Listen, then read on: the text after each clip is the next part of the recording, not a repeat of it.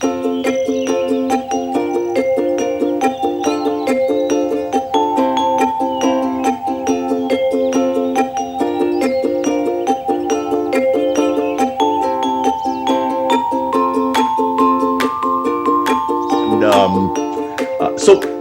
today we're talking about I want it now and I want it all. I want it all and I want it now, right? And of course, one of the things that I find with entrepreneurs is, especially the ones that come to me, they're all, wide-eyed and they're all hopeful and they're looking to start their business.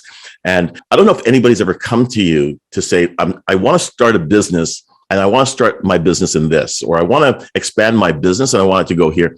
And you, because you have experience, you say to them, oh, that's a great idea, because you want to encourage, but I would look out for this and this and this. And that's where they kind of get a little frustrated with you because you don't understand, right? Because they know what they're doing. They have already thought about everything they can possibly think about. So don't give me any pushback, right? And then what happens? What happens is the call to meet for beer, because now they're actually facing the reality of what's going on. They want it all, they want it now, but there's a reality out there. It goes back to something that we talked about a year ago, Catherine, where people always think that when they start a business, their first customers are going to be their friends and family, right? They're the first ones that are going to buy from you, right? And sometimes they do. But a lot of the times we're a little shocked they don't, or they want it. They want you to give them the service, but they want it for free, right? Friends and family, you figure they're the ones that are going to support you the most and pay you the money, full price. Yeah, but they don't. They want the discount. They want the discount. They won't even pay the wholesale prices. Or they'll go to your competition, right? So the key is, it's a little shocking, some of the things that we go through. I do have a video, folks. Just indulge the video. I want you to listen to. I'm only going to play the first half of it, but we're going to chat about. This was the foundation for the whole topic. So let's go ahead and do that right now.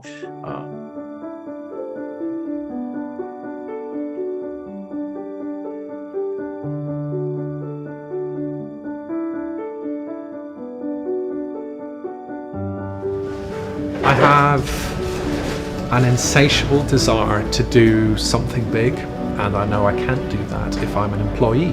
If I were continued on my path in my old career, then I was living a very comfortable life, and I think I'd get to the point where well, this is all nice, but what have I really kind of achieved or done?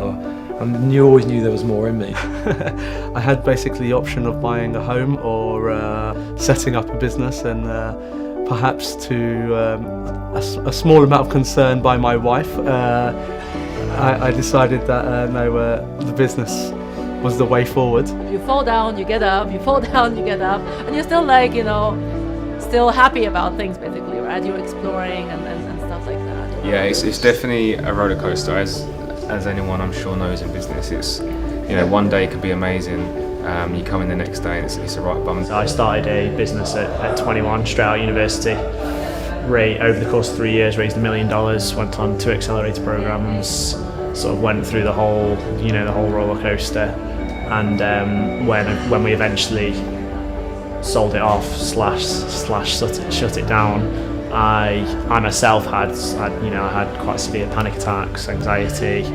I think with startups and being in this whole ecosystem, you kind of have to take it one day at a time, or maybe a week at a time, because you don't really know what's going to happen next, and you have to open yourself up to the possibility of not knowing and being okay with that. That was close for me. After the third investor, it was a long, I think it was 3 months we were working with them, and they turned around at the end of it and said no, and I was just like... If you believe in what you're doing, you have to push through. There's no choice. I mean, there's a school of thought which says you can't create an entrepreneur. You've either got it in you or you haven't. I've always had it within me, and I guess it's just something that you're born with. The way I see it is that you are an entrepreneur. I like the idea of creating something from scratch. I find it crazy every time I look at my products that it was just an idea in my head last year, and now I can actually touch them and people are buying them. It's like you're own dream, which you can make come true. So what makes a successful entrepreneur is someone who's got a great idea, he's got a business mind, won't take no for an answer probably. It's no risk averse, flexible people that are willing to deal with different challenges. Yes. And every day is another firefighting or problem solving situation. Which inevitably means that you spend less time with your family, which is not cool. That has been the hardest thing, feeling regret, so I will never do that again. Now I know that where my limit is set, right? I will not sacrifice the well-being or what I could be giving my children because of these things that I'm trying to do now. I'm trying to prevent people like me doing the same thing, which is working on something that you're not passionate about, but you're not really aware of.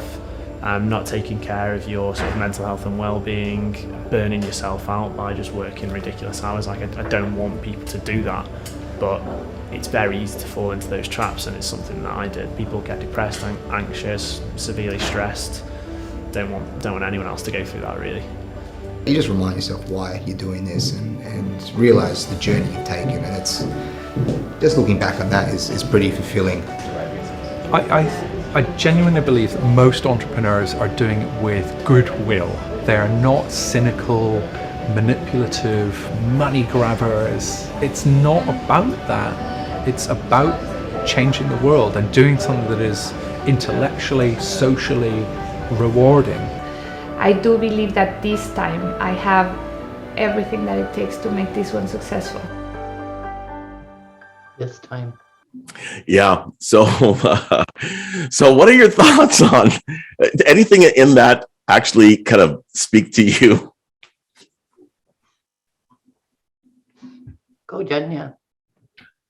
I always lose the mute button.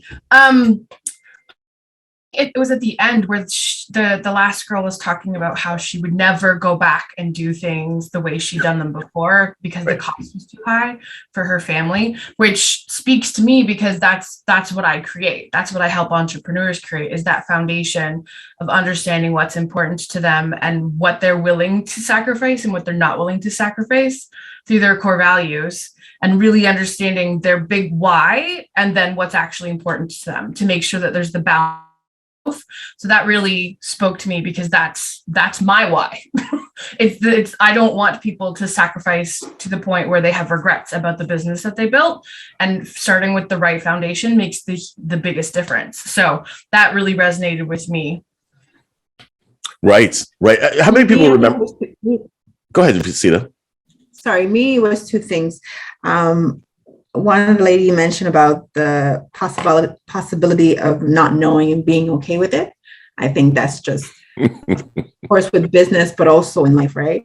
And also to touch on what the last part too, about learning from mistakes and also learning from other people's mistakes, which you get from watching other people. Yeah, absolutely. Anybody else on that?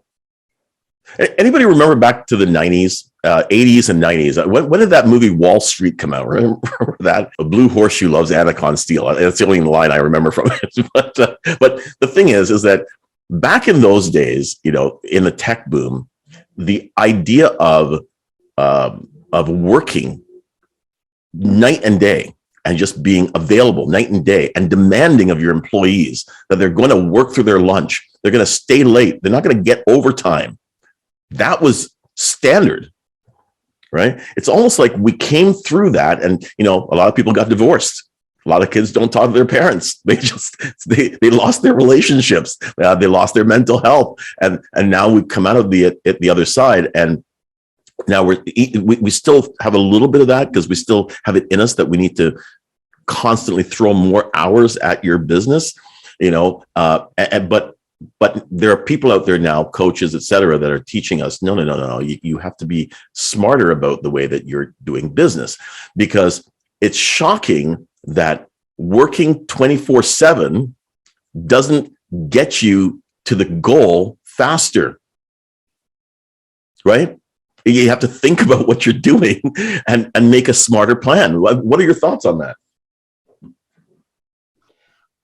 Definitely, it is about working smarter and not working harder, especially if you can't, if there's a better process that alleviates excess effort, then that's working smarter.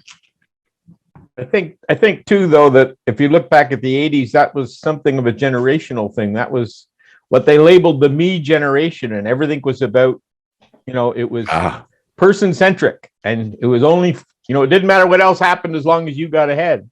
That's right. And from that perspective, it sort of made sense. It's just that in retrospect, as we all, hindsight's always 20/20, we all figured out that, hey, it doesn't work that way. We live in a society, and if you try to be everything for you, all you end up is real lonely and tired. So right. But Chris, you know what? You bring up a really great point. I'm gonna throw that one right back at you. When you think about the 80s and the 90s, right? There are people that wanted it then and got it then. They wanted it and they got it. They bulldozed over everybody. They worked day and night. They got everybody else to buy into what they were doing for free, or for very, very little. And they achieved it. Except what did they achieve ultimately in the end? They ended up with a lot of money and a bunch of people that didn't like them. It was, if you look at the grand scheme of things, the guys that really made it huge in the 80s and 90s, a lot of them have tanked now. Yeah. Because you can't sustain that.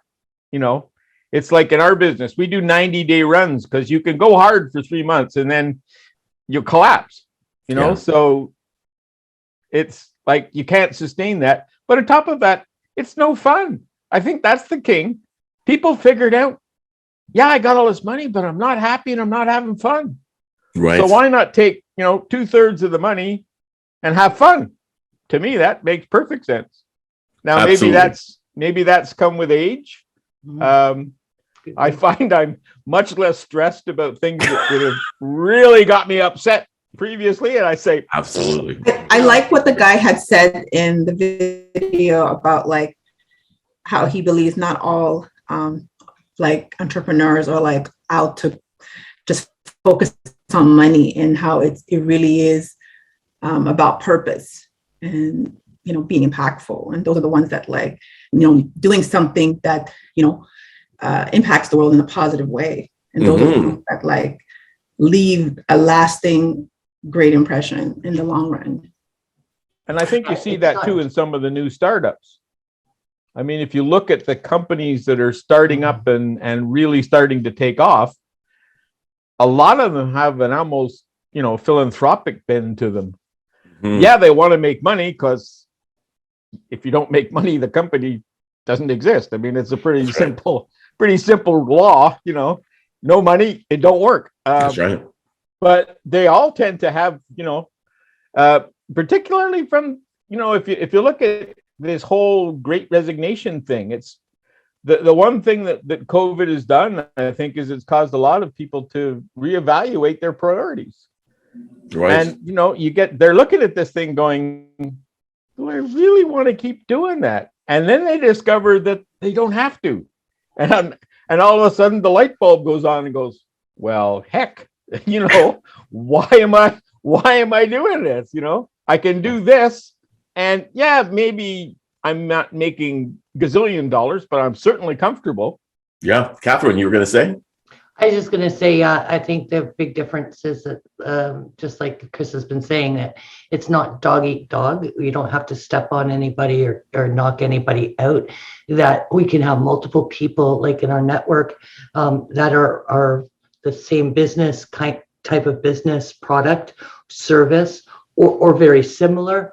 And we're all going, okay, instead of me knocking you out or you knocking me out, let's just do this together. Right. And I did just like Sita, that comment about, we're good people. And I think that's where other networks don't get it, is that it doesn't have to be just one of that group, right? we can do this together because we really are nice people. We Right. are exactly what you see. And the typical entrepreneur journey, people think, okay, you're gonna start a business, and then you're gonna have a nice spike, and then you're gonna plateau for a little bit as you learn things, and you're gonna have another spike, and then but incrementally you're increasing, right? And that's a dream, right?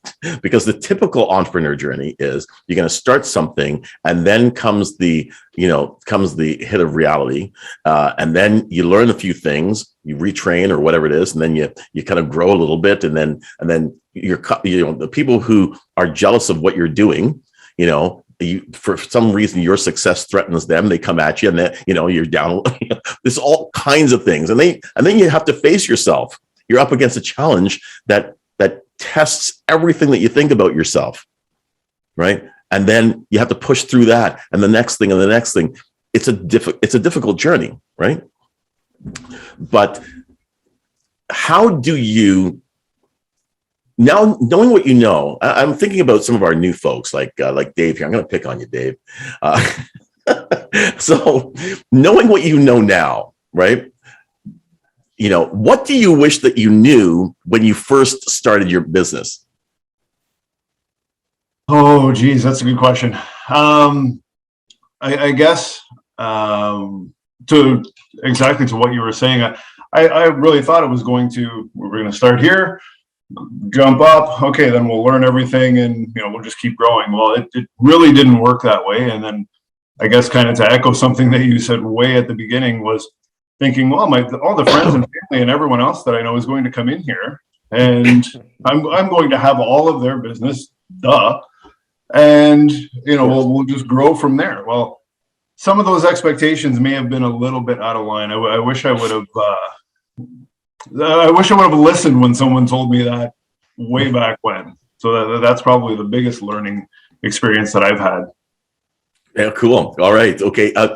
Thomas, what do you wish that you knew before you started your business, now that you've been in business for a while? A lot of it's been echoed already between yourself and Dave, but I wish that I knew not so much to expect friends and family to just be customers, but I don't know, maybe just hope that they would actually be more of a marketing and advertising tool. They would at least be like, hey, drive people that way. That would have been nice. I wouldn't be expecting them to always be my first customers, but maybe be my marketing team, right? That would have been nice. But friends, family, and community, right? You kind of hope those are the three that kind of become your marketing, not so much sales, right? Right. I wish I had left arrogance at the door. I thought I was, because I'm not going to go down the whole history, but I really thought that it would be easier. Not that it was just going to come rolling in, but I just thought it would be a little bit easier than what it is. And I'm paying for it now because that arrogance basically made me think it'd be a lot easier when it wasn't. And yeah. Man, I dig myself feel out you. of holes, so. I'm totally with you 100%. A little arrogance is okay, right, Catherine? A little bit. Confidence is what I think. Confidence is when it starts Right. to teeter to arrogance and cockiness. I think that's usually when you start shooting yourself in that foot with the 12 gauge. Yeah.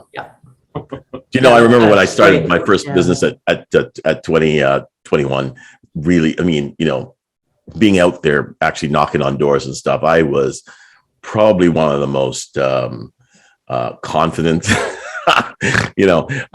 arrogant, I know everything. The world is my oyster, that kind of thing. 21 at 22 and a half, it was more like I'm humble. Being pummeled for a year and a half was quite a lesson. Adam, how about you? Started my business. That's a good question. I think, realizing that everything is really at our fingertips is an important realization to have. Like, all the opportunity is there, and it can be one person away and one question away. And, realizing that I've always been a person that's, in that realm of possibilities. That's where I'd like to meet people when I'm coaching, of course. But yeah, I think knowing that, everything is closer to us than we think. When it's not there, it seems so far away because it doesn't exist. But just knowing enough to ask people questions, ask for help, and lean on the mentors and the people around you that you already have in your life. The right people, though. You got to ask the right people the right questions. Right. But I think that would be a big thing. If I were to go back, I would ask more questions of those people in my life. Okay, and you're touching on a really good point. So I'm going to take this in a Google always thinks I'm talking to her. Anyway, it is interesting that usually when we start a business, we have a lot of information, but we don't have all the information. There's a lot of things that we're missing that we end up, losing opportunity. And I'll give you an example. And just to let you know, the notes that I had on this were really great. So I'm actually going to write a blog article about this and include the things that I had already set up for you folks, because for me to go and research it and find it again is tough. But there are actually grants that are available for folks that are 18 to 35 that want to start a business, right? There are grants available by the government, right? Think about it. The government has money to give you, right, to start a business if you are young, right? There are loans that are available for folks that are starting a business, depending on what type of business that you're going into. There are industries that are giving out, money if you are, developing certain types of technology or whatever it is. There's so much out there that if you were to take the next 30 days and just research, right? People say, "Oh, I need to, I have a business. I need an investment." Yeah, you can get an investment, but then somebody else pulls your strings, right? But if you have a grant or a loan from the government to do specific things, then just it's available to you. Why not? There are gender specific grants and loans that are available. There are ethnicity specific grants and loans that are available, right? There are so many things. Listen, just check it out. Do some research. There's money there. Do you know that there's some years where the money that's allocated has not been used, right? Because people just don't know. So definitely look into it. That's the first. There are so many grants and bursaries and all those things that people make a business out of helping you, direct you through all the cobwebs to get this funding. Absolutely. I'll give you an example. I'm not going to mention any names, but a young lady that's been on our show before, she wanted to get a grant for painting a bus, right? Just painting a school bus, getting a school bus and painting it and doing some art thing, right?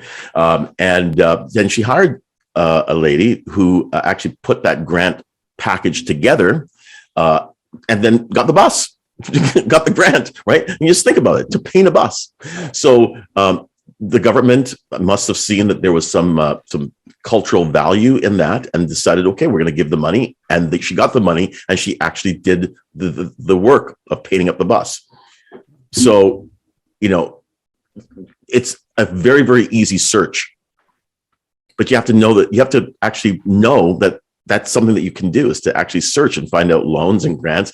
There's a really interesting calculator on the government website where it asks you certain things, what industry you're in, what your age is, whatever, and then it tells you what's available on a federal side for grants and loans and bursaries and stuff, and on the provincial side. So check those out. Second, mentors. How many of us have a real mentor? Okay, listen, I'm telling you this right now. It's first of all, you think, okay, I will get a mentor. Okay, what do I do? Mentors.com. Like, where am I going to go to get a mentor, right? But seriously, if somebody that you know has a mentor, find out how they found them. Somebody that's in your industry that can give you some really good cutting edge, bleeding edge advice, or somebody who's in a different industry that can give you some impartial, just business advice, and lead you in a business way, right? Or if you are deficient in your accounting knowledge or your financial, intelligence or whatever it is, then find somebody in that area to mentor you financially. Like, what do you do with your profit? Tell me you don't leave it in the bank, right? Tell me you don't leave it in the bank, right? So if you don't know certain things, then find somebody that does, and then have them help you to understand how money works, or how business works, or how marketing works. Right? One of the things I put together a top 10 list of the things that business people don't want to spend money on, but it's the reason why businesses go out of business. And one of them is marketing. Now, I know it sounds self-serving because I'm a marketer, but it's true. Marketing and a coach, they're expensive, right? But the return on investment over time is absolutely immeasurable. I'm telling you that right now, right? So, we have a client who wanted to reach out to folks down in the Caribbean. And so we put together an amazing campaign to target specifically the Bahamas and Florida area. And it only ran for, I think, 2 months, and picked up, like 160 or so customers down there. What I'm saying is that you need to know what you're looking for. If you need more business, if you're looking to grow your business, you might not get it now, but you'll never get it if you don't put a plan in place to get it, right? These ebbs and flows, all of a sudden you think you're almost going to make it, and there's another pandemic, and then, everything's wiped out. You need to have a plan and a strategy. Anybody's thoughts on that? I used to be in the ad business, so I know exactly what you're talking about. And the problem with a lot of people is when sales go down, that's the first thing they cut. Oh my goodness, yes. But that's wrong. It's like the stock market. When things are going down is when you buy, not time to sell. It's not time to dump that stuff. It's time to build it up. Yeah. Because your sales are down for a reason, and that reason is nobody knows you're there. That's right. So if they, how can they come do business with you? They don't know you're there. Yeah, by the way, how many people know what Coca-Cola is? Anybody know what Coca-Cola is? Everybody's heard of Coca-Cola, right? Everybody. If Coca-Cola didn't put out any ads for the next month, would you forget about them? No. And the people who like Coke, would they stop buying it because they didn't see the ad for Coke? No. But Coke still spends money on ads, right? Right? They still have a whole ad department. They're still spending the money because they need to maintain their market share, right? Go ahead, Chris. Well, I'm just going to say, they've done such a good job that they actually don't have to announce the product. They basically show you a can with the logo, and everybody knows what it is. And I really have an actual demonstration of that. I used to work for a big corporation, and we ran a whole series of ads for one particular product, and every ad had a blue background with a big fireball on it. Okay, and then copy and pictures for whatever. It was for boilers, but that's immaterial. The fact was, just for fun, I took a blank blue background with a fireball on it, and I showed it to a bunch of people. And I said, which company is this? And they identified the company right away. Amazing. And it's because we ran that ad, that background, consistently for about 2 years. Yeah. And within our industry, they know who it was. I don't know if that caused them to buy, because it's not like you go to the grocery store, oh, I need a new boiler this week. There's quite a long process. But still, they could identify the brand. But how many people don't have marketing or advertising built into their monthly strategy or their 6 month? Like, they just don't have it, right? Right. Check the background. Right. Identifying with the logo. Right. So, and here's what's really so crazy. I always think about, businesses when they are, let's think about movies, right? How many people saw the new Top Gun movie? Top Gun, the new Top Gun. You know, I love the way that Jennifer does it. She goes, "Is it a Tom Cruise thing?" I don't know. Anyway, but how many people have seen the trailer for it, the new Top Gun? Honestly, is it just me? Okay, you saw. Okay, Only people with Gabe will have it. Yeah. Dave saves me on that one. Thank you so much. No, okay. So what I'm saying is, you know, or The Matrix. How many people saw The Matrix, the new one? How many people liked it? Wow. Okay. That's a I whole didn't even different see thing. the original, so Didn't see the original Matrix? I don't think so. I don't, or maybe years ago. I don't remember. I know. Okay. All right. So how many have seen the commercial for the new Matrix? Okay, a few more people. Okay. Only streaming services. I don't hardly get any commercials. As long as you're paying for those streaming services. Yeah. I don't have to delete this from the video. Of course I am. So, but the point is that when I was back in the film biz, it used to be if you spend $60 million on a movie, you'd spend $60 million on marketing, right? So why? Because you got to get bums in seats, right? Without bums in seats, it doesn't matter what you're doing, right? And if you don't get people looking at something, by the way, you think, wow, I love this TV series, and then it gets canceled. Why? Not enough people look at it, right? So if you're not spending the money, people aren't looking at it. It's the same thing with your business. Same thing. If you're not putting money into it, you're not putting money into the promotion of it, not enough people are looking at it, at the ads. Not enough people are going to engage with your business. They're just not. So think about that, especially if you say, sorry, I can guarantee you this. If you were to have a wild goal this year, talk to a professional, give me a call. We can brainstorm through it. But if you were to put the right amount of money into the promotion for it, you'll hit that target. Who believes that? Right. You'll hit the target. Okay. So if everybody believes that, right, then if you want it all and you want it now, how much money does that take? Right. Of course, you can't, because you can't physically do everything to get you there right now. So let's not even go there. But the point is, if you want it all and you want it within 10 years, then reverse engineer it. How much money does it take to put into advertising to build momentum over time to get you there? That's it. It's as simple as that. Anyone's thoughts on it? Lisa, what do you think? She looks like an empire builder right there. What do you think about that?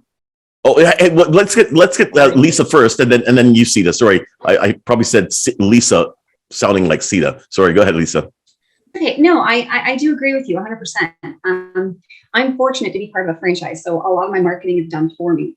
On a side note, there's a lot of stuff that we do for ourselves, and we talked about it on a previous show where it really does help. Just like these calls.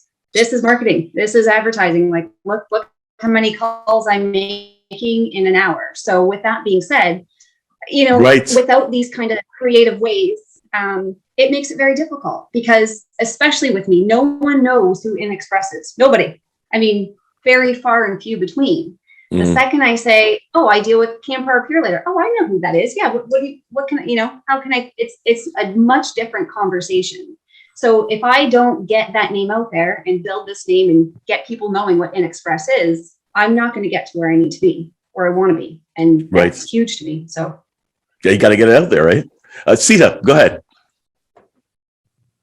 No, I just wanted to mention that I recently watched a fascinating documentary on neuromarketing. So I just wanted to see what your take is on that. On what type of marketing, sorry? Neuromarketing. You know what? Neuromarketing. If you found that fascinating, I know I will find it fascinating. I've never heard of it before. So please send it to me. Neuromarketing. Sounds cool.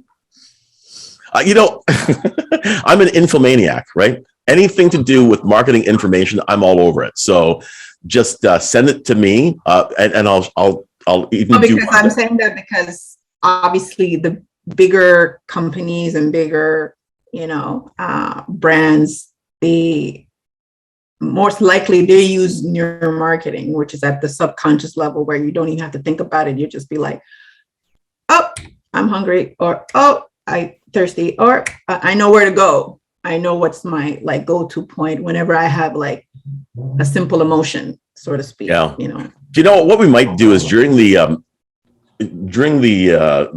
lounge, the discussion lounge, I might show you guys a really interesting video. There is a, talking about neural marketing. I don't know if this is what it is, but everyone knows the company Saatchi and Saatchi. It's one of the big advertising companies out there. So they wanted to, because subliminal programming happens all the time, right? We don't even know how we're bombarded with things that make us do things that we think are our idea, right? So in this, it had a woman who was saying, back in the 90s, parents were complaining about their children nagging them all the time. So they did a survey and they put together a study and they talked to parents about how their kids nag them. And she goes, we weren't looking to find out from parents, so that we can teach them how to prevent their kids from nagging them for things. We wanted to know how to get kids to be able to nag their parents better. Right. So they did this and it was really, really helpful. All right. I'm getting some feedback. So if you're not talking, if you can just mute yourself, that would be fantastic. Sorry about that. So, but the Saatchi thing I thought was even better. So they bring these two guys into the room from Saatchi and Saatchi, the ad agency, and he sits them down with taxidermy, which is that stuffed animals, right? So, but he had already written something out, put it in an envelope, and put it underneath one of the stuffed animals. But he said to the guys, "Listen, I have the campaign. I'm going to give you guys 20 or 30 minutes to come up with some concepts. It's a taxidermy business, right? So anyway, so they take the time and they put together the campaigns on the easels on the board. And when they were done, he says, listen, before he goes, okay, so present what you got to present, which they did.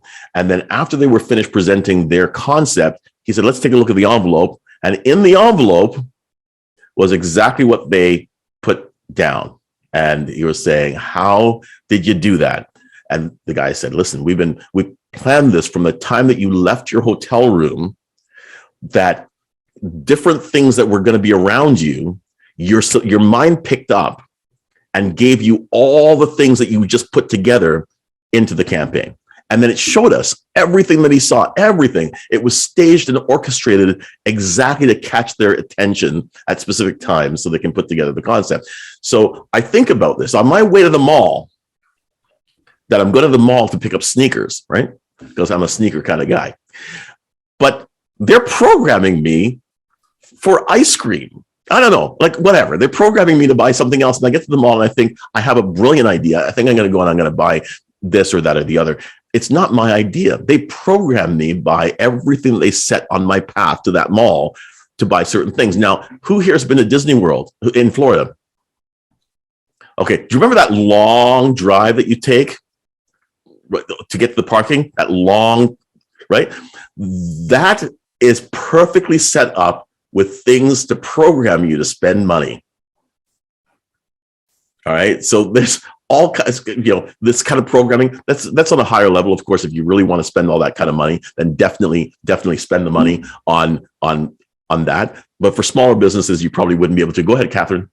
I'm just going to ask Marnie and Dave to join me in a breakout room, and then I'll send them back. Okay, guys? Just yeah. so Okay, great. aware. And we'll wait for them to get back, and then we'll Finish do off our the round networking. table. Thank Yeah, you. sounds good. All right.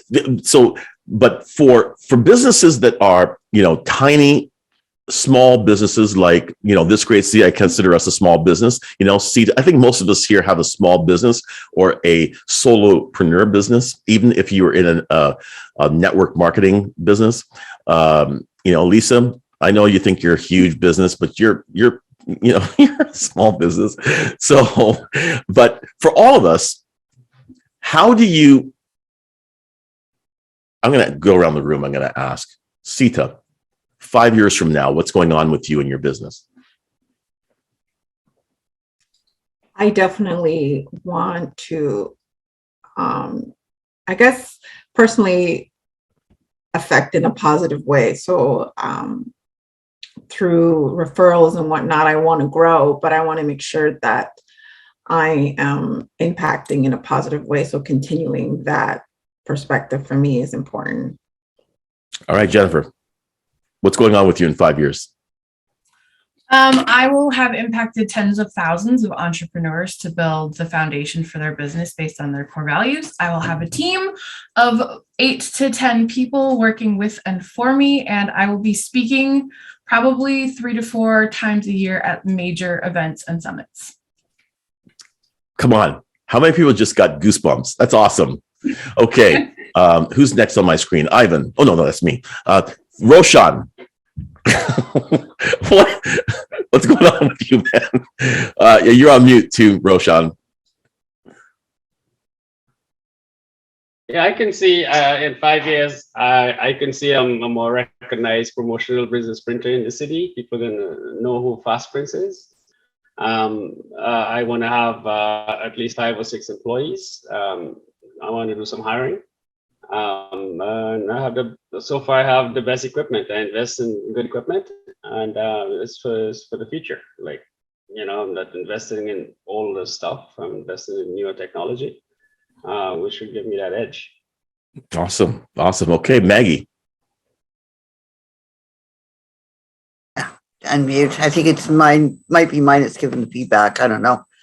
My speakers. Anyway, 5 years from now. Definitely want to have at least one screenplay and novel produced. I also, I want to keep writing, keep growing novel, and being able to have the money to go more frequently to different places. I also want to get the design business going. So having a couple of collections a year, and that'll help with protecting Canadian children, although maybe if we get it going, if we have more funds and can actually stop the government, then we won't need the Canadian children, but that would be the ideal, is not need them, because they're great in that world, but I can certainly find other causes.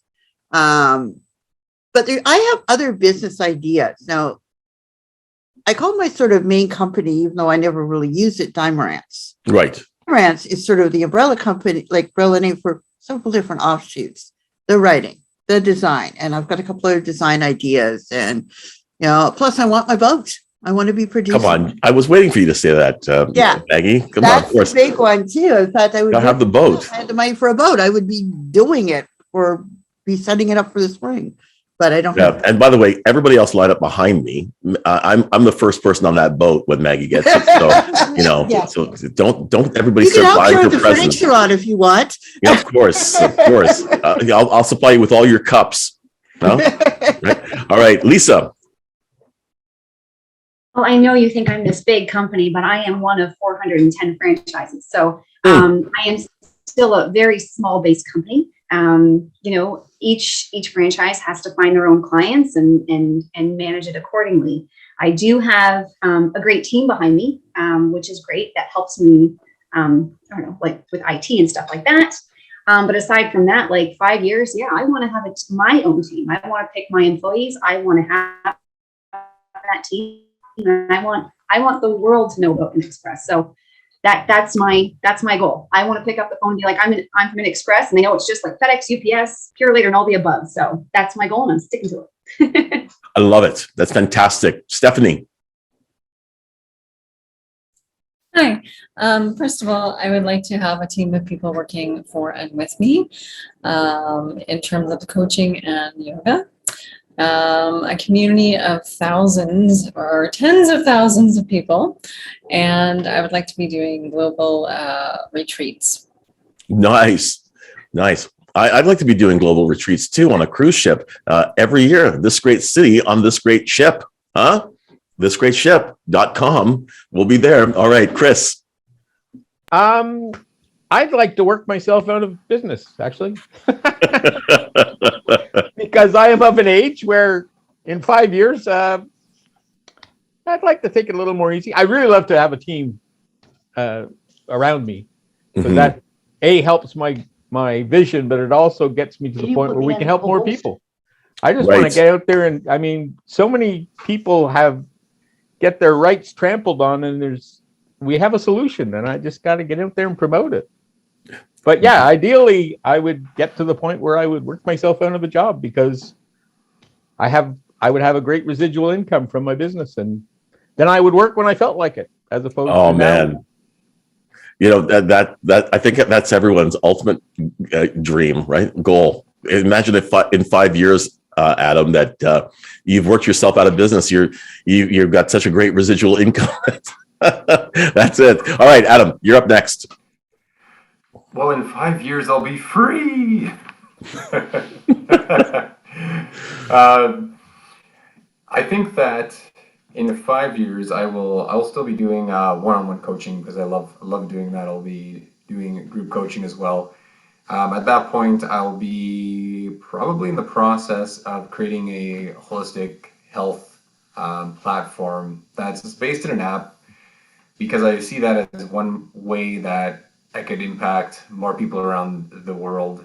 Because with what I'm doing right now, I can only impact so many people. I can grow a group to, it's relatively scalable. But if I want to really reach a lot of people, I feel like that's one of the things I'll have to do. In terms of employees, I'm not sure what I will require at that time. But I imagine I will have some employees, or definitely some employees to offload some of the tasks that I don't want to take care of, and then they could do better. Mm-hmm. But yeah, basically I'll be continually looking to scale in that direction where I can impact more people. So yeah, I think that would be the thing that would be happening around that time, Ivan. Yeah, awesome. Fantastic. I love it. Yeah, okay. And you know what? When you're listening to folks talk, think about what their goals are and see if your goals align, and if there's a way for you to collaborate, member to member, that would be that'd be fantastic. Sheila. 5 years from now, I will have impacted many, many people in a positive manner. I will have a team of warriors. Together, we fight and we serve.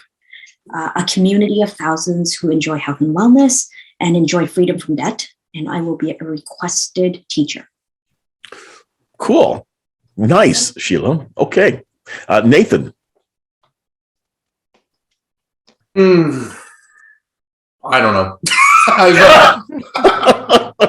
5 years from now, my kids will be 5 years older. I'll be hopefully have a little bit more freedom in my work to be able to take them out and do fun things like Disney World, as we talked about a moment ago.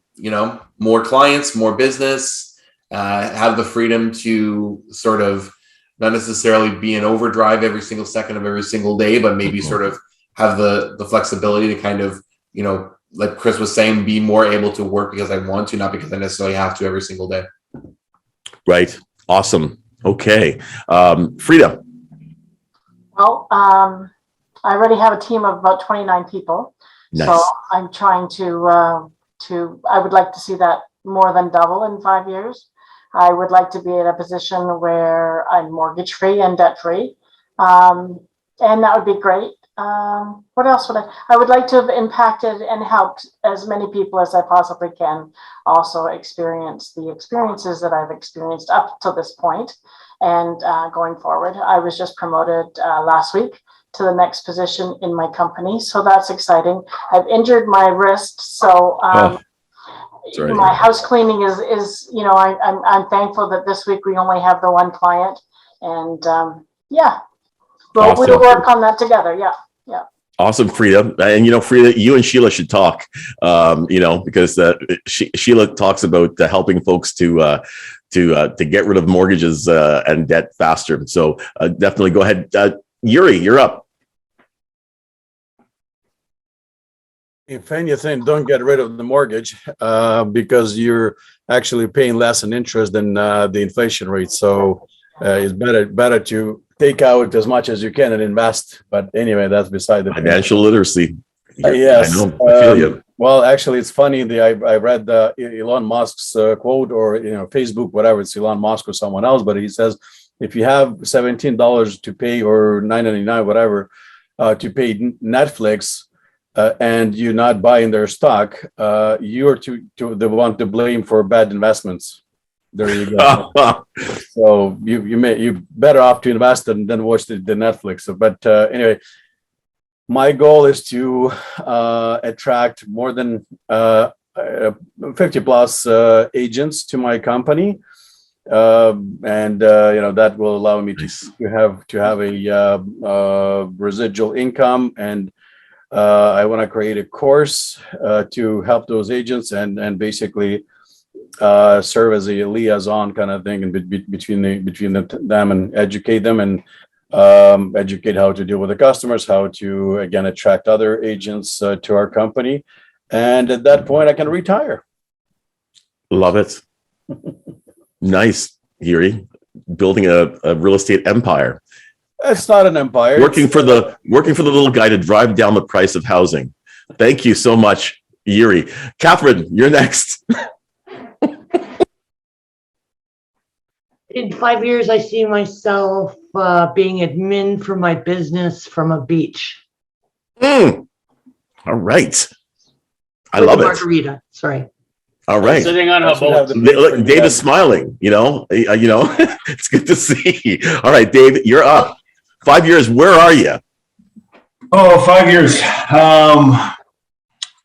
I hate to echo what's already been said, but to be quite honest, 5 years from now, I hope to have helped a lot of families have that planning or that peace of mind, knowing that, I can send my kids to school and it's not going to be a financial burden, or we're going to be okay with retirement, or just have that plan in place.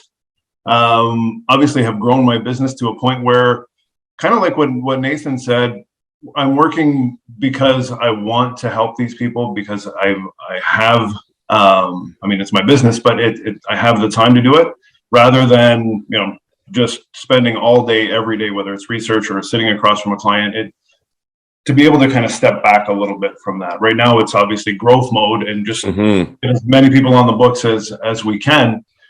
But that's essentially where I would like to be in 5 years anyway. Good. That's awesome. Awesome. Marnie, where are you in 5 years, Marnie?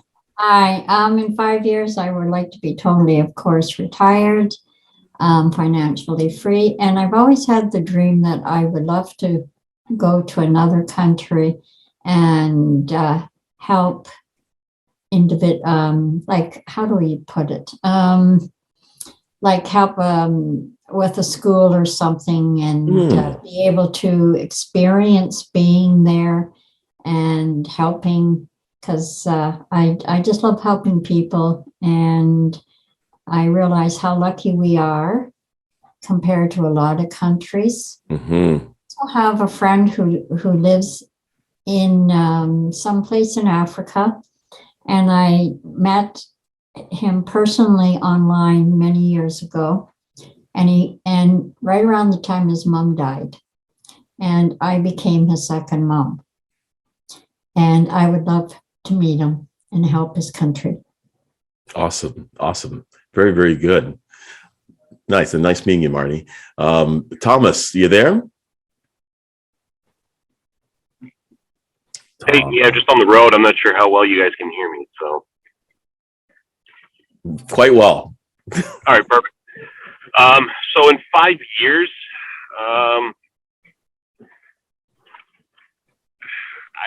I'll take a line from Pacino and Scarface, the world, Chico, and everything in it, right? So that's kind of where I'm at. So that's pretty much what it is. I just want to be able to have that opportunity to just, no questions asked, whatever it is I want to do, whether it's to help somebody, invest in new business. I just want to be able to always ask, be in the situation where I can ask for forgiveness instead of permission for anything that I do.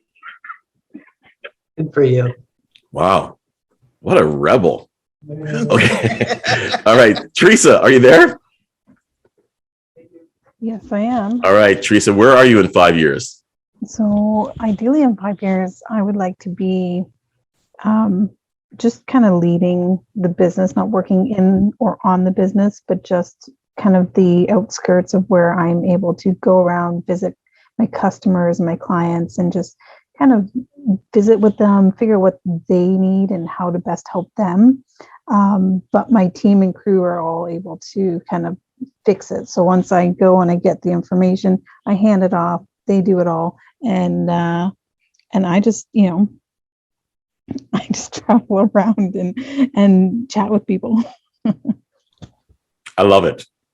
Like a morning coffee all day, every day. I think that's great. Victoria, you there? Ivan, you're not included. I heard that. Of course, I'm always here. I'm always here. Yeah. No, but you're right, Roshan. She didn't mention, she's driving around. I'm still working. That's good. No problem. It's okay, Teresa. It's good. Okay. You drive around. You're mostly already there now. Yeah. Okay. Kind of. Okay, Victoria. What are you doing in 5 years, Victoria? I'm a very simple person, guys. I just want you guys to be succeed and see whatever you want to, whatever you told right now, I want to see you there. Wonderful. And my desire is very simple. I just want to be a happy person and see my friends around me and be on a catching show and do the talks. This is what I want. I'm a very simple person. I don't have anything else. Just want to be happy, healthy, whatever will make me happy and healthy in 5 years. I love it. Thank you so much, Victoria. Okay. Well, listen, folks, we've heard it. You've heard what everybody's saying here, what they're looking to do. Go ahead, Nathan.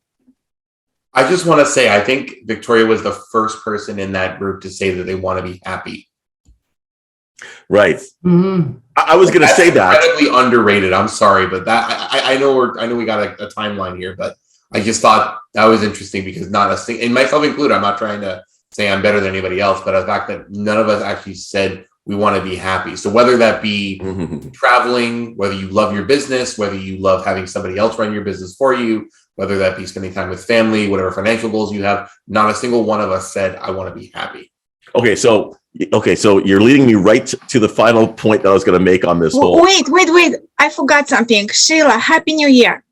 I wanted to send you a message and I always forget, and happy New Year. Yes. Victoria's always happy. So she's living her dream. Absolutely. So here's the thing. I want it all and I want it now. The question is, do you have it all right now? Do you have it all right now? Right? Because, I read a statistic about people who retire, and then after they retire, guess what happens? They die. Bored. They die. They're miserable, right? They start something new because they're so miserable at being, so we all strive to get to this place where we go, I don't have to work anymore. I'm done. And then 6 months later, you're going, wow, I need to do something because this is killing me, right? So are we right now living the dream where we get up in the morning, we work for ourselves, right? If, I remember when I used to work for Cantel, Rogers Cantel. Remember back in the old days when it was Cantel? Anyway, and I'll tell you something. What time is it right now? It's 10:30. This is not my break time. So if I got up and I left the building to go across the street to grab a coffee, someone would say, where are you going, man? Get back into your desk, right? We don't have that right now. We can do what we want when we want. We know what our responsibilities and obligations are. We know that, but we're not controlled by anybody else, really. I mean, technically we're controlled by all of our clients, but we're really not, right? We get to do what we want. Is this living it, having it all right now? Anybody? I don't think that's considered having it all. I love where I am at. I'm happy at where I'm at.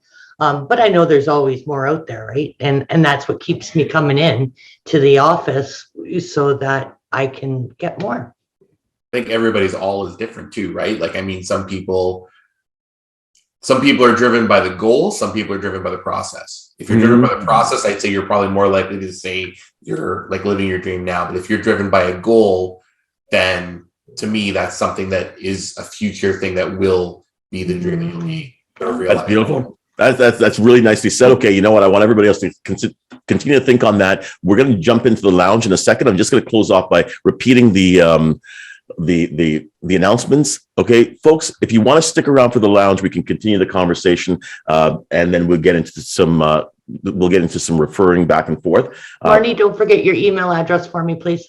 Yeah, and then we've got Monday morning coffee, but of course, immediately afterwards, we have our discussion lounge. Tuesday, 10:30, city leaders. Please don't miss that. Bring your counselors as well. City leaders and counselors, please show up for the call. Then Tuesday at 12:30, Jennifer and Jackie are doing the secret sauce, mindset and momentum, not motivation. Sorry, guys. All right. Wednesday at 9:30 a.m., real estate investing with Yuri. Wave to us, Yuri.